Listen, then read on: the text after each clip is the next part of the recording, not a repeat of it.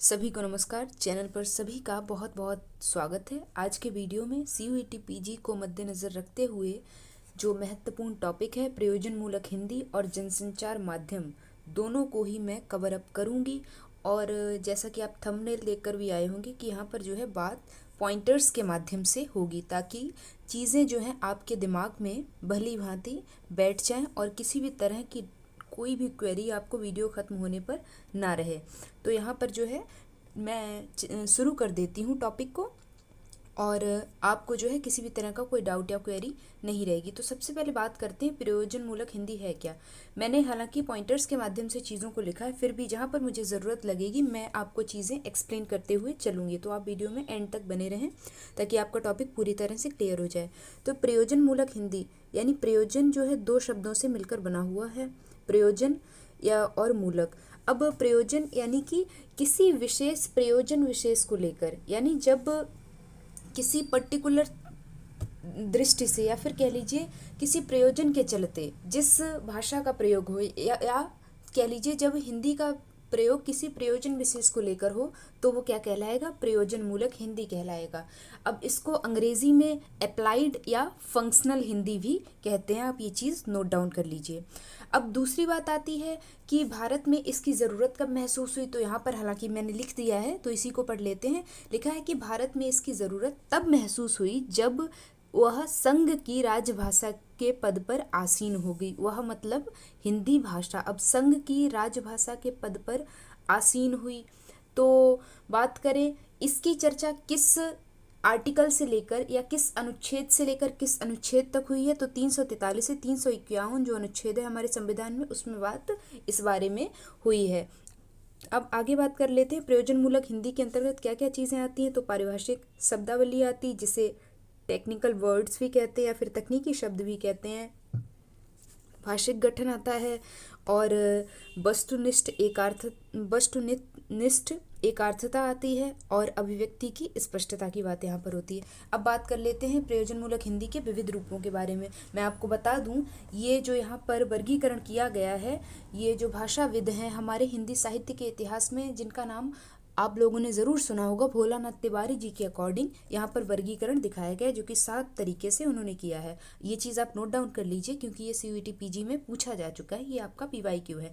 तो 7 वो तरीके कौन कौन से हैं, 7 रूप कौन कौन से हैं। पहला है साहित्यिक हिंदी, दूसरा है कार्यालयी हिंदी यानी कार्यालय में प्रयोग, सामाजिक हिंदी समाज में प्रयोग, व्यवसाय में प्रयोग व्यावसायिक हिंदी, विधि और कानून संबंधी हिंदी, और जनसंचार के माध्यमों के लिए प्रयुक्त हिंदी, और विज्ञापन और तकनीकी के क्षेत्र में प्रयुक्त हिंदी। आगे बढ़ते हैं, प्रयोजन मूलक हिंदी के मुख्य तत्व क्या क्या हैं। तो प्रयोजन मूलक हिंदी के आपको यहाँ पर लिखा भी दिखाई दे रहा होगा, 3 मुख्य तत्व हैं। कौन कौन से हैं?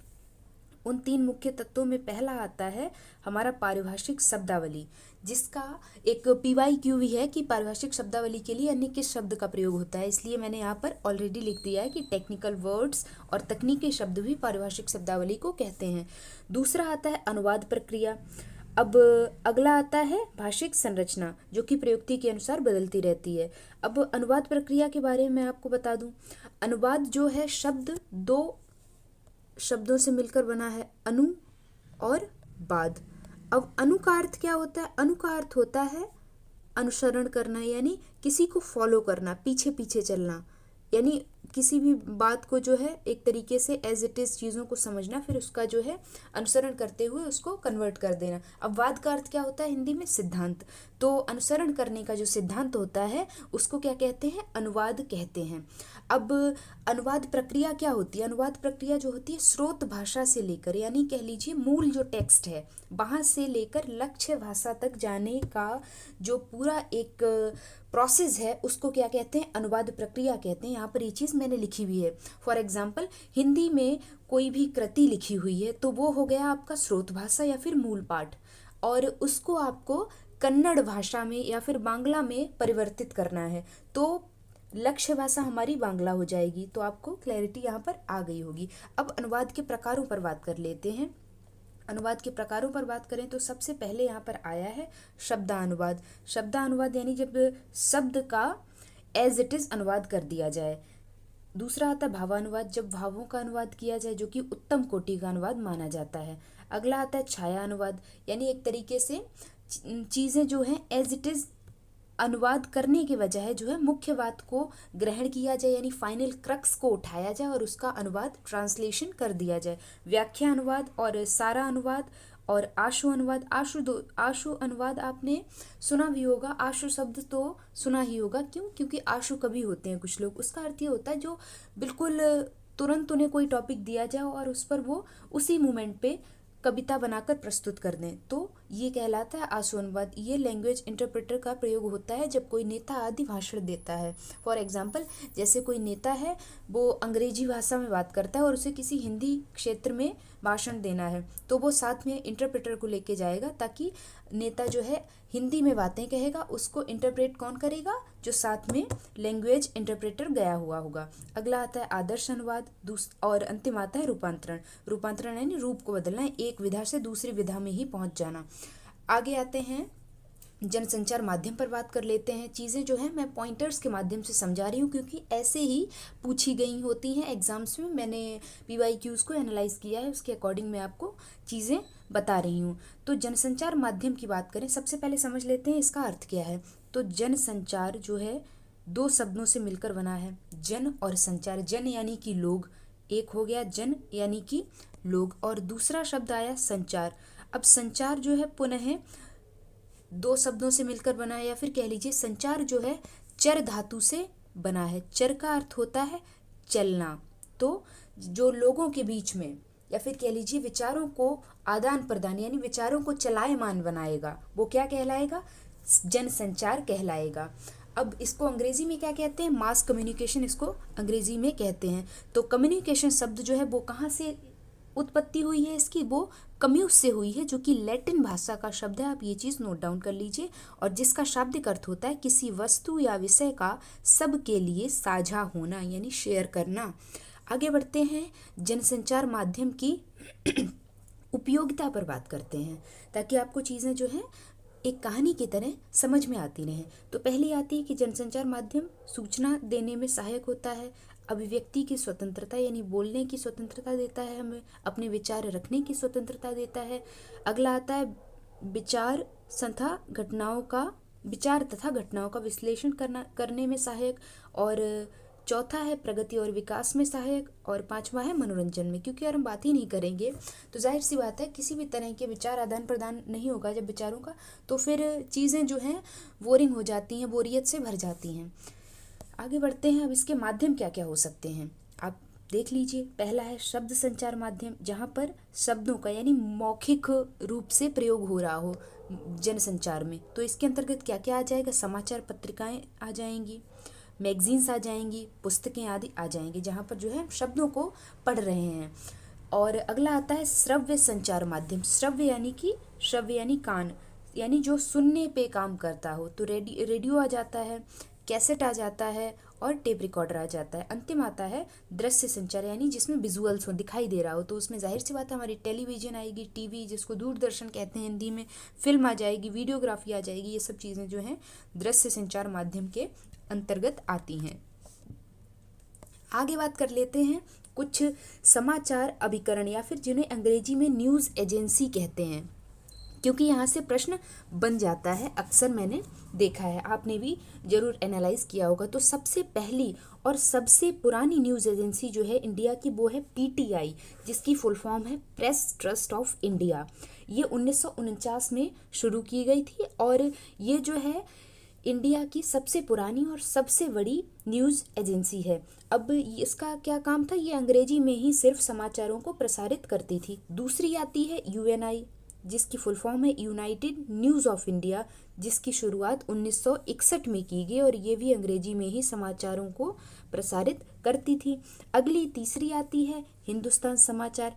इसकी शुरुआत कब हुई? लिखा हुआ है यहाँ पर 1949 में इसकी शुरुआत हुई, और ये हिंदी के साथ साथ अन्य भारतीय भाषाओं में भी समाचारों को प्रसारित करने का कार्य करती थी और करती है।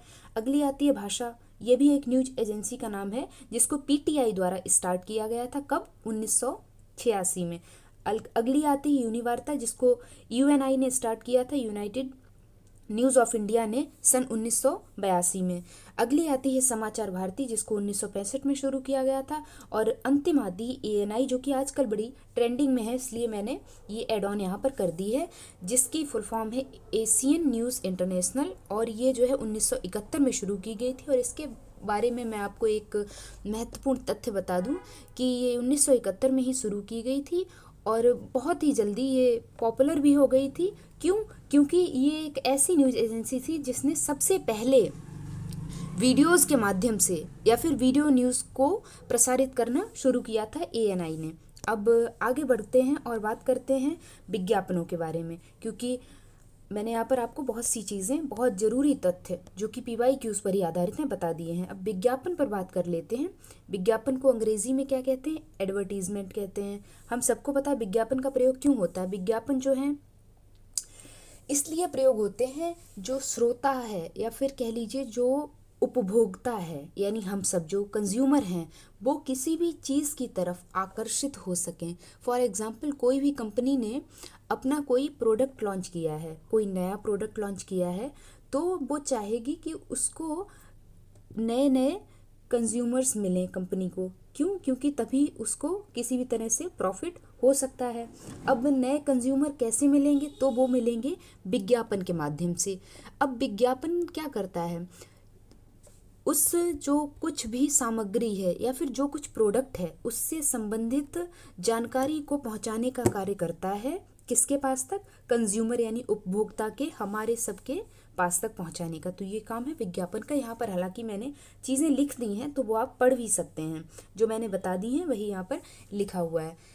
अब विज्ञापन के प्रकारों पर बात कर लेते हैं। अब विज्ञापन के प्रकार क्या क्या हैं, यानी टाइप्स ऑफ एडवर्टाइजमेंट। तो पहला आता है अनुनेय विज्ञापन, जिसको परसुएसिव विज्ञापन भी या फिर परसुएसिव एडवर्टीजमेंट भी कहते हैं, जो कि यहाँ पर लिखा हुआ भी है। सामान्य विज्ञापन या हमारी मूलभूत आवश्यकताओं पर आधारित जो विज्ञापन होते हैं उनको अनुनेय विज्ञापन कहते हैं। दूसरा आता है सूचनाप्रद विज्ञापन। तीसरा आता है सांस्थानिक विज्ञापन, जो किसी इंस्टीट्यूशन आदि को लेकर यूज़ किए जाते हैं, जैसे कोई कोचिंग सेंटर है या फिर कोई स्कूल आदि है। अगला आता है औद्योगिक विज्ञापन। यहाँ पर हालांकि मैंने चीज़ों को एक्सप्लेन कर दिया है, तो आप चीज़ें पढ़ सकते हैं।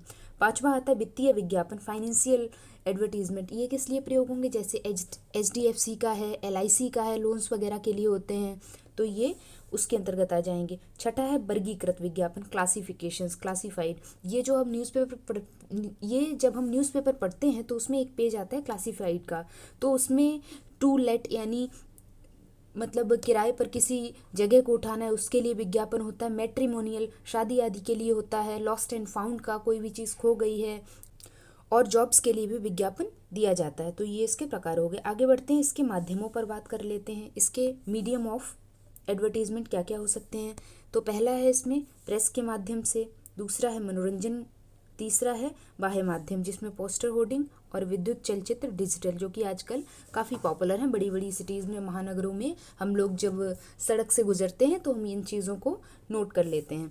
आगे बढ़ते हैं, इसकी विशेषताएं क्या क्या होती हैं, कि विज्ञापन की विशेषताएं आखिर क्या क्या हैं। तो हमें कुछ कुछ चीज़ें तो पता ही हैं कि विज्ञापन जो हैं छोटे होने चाहिए। क्यों? क्योंकि लोग उन्हें पढ़ने में बोरियत ना महसूस करें। दूसरा है विज्ञापन कैची होने चाहिए, अट्रैक्टिव होने चाहिए।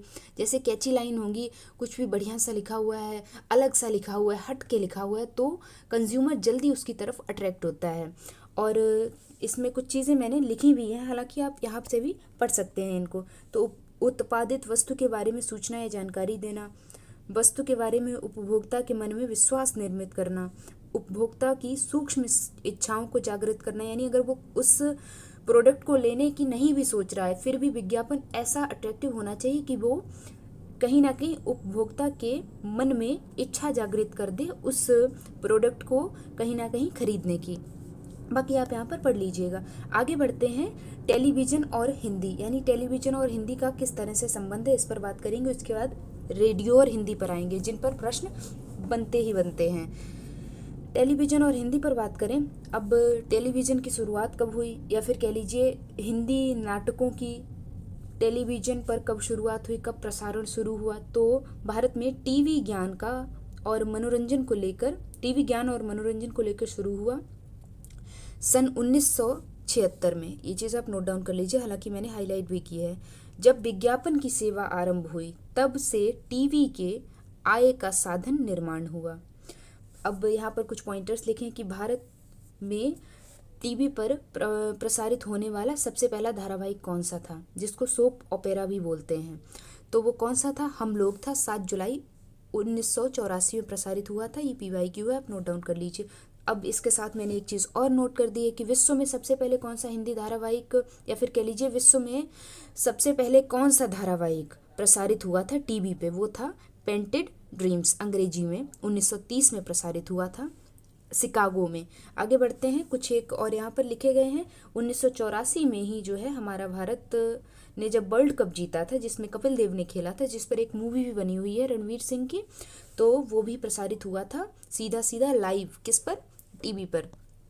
तो यहाँ से टीवी की धीरे धीरे जो है पॉपुलैरिटी बढ़ती चली गई और लोगों को एक मनोरंजन के साथ साथ में सूचनाओं के आदान प्रदान का भी महत्वपूर्ण साधन लगने लगा टीवी। आगे बढ़ते हैं, रेडियो और हिंदी के बारे में देखते हैं। अब रेडियो का किस तरह से प्रारंभ हुआ, और कई विद्वानों में इस चीज़ को लेकर भी मत हैं कि इसका शुभारंभ इंडिया से हुआ था, जो हमारे जगदीश चंद्र बोस जी ने किया था, या फिर कनाडा के वैज्ञानिक से हुआ था।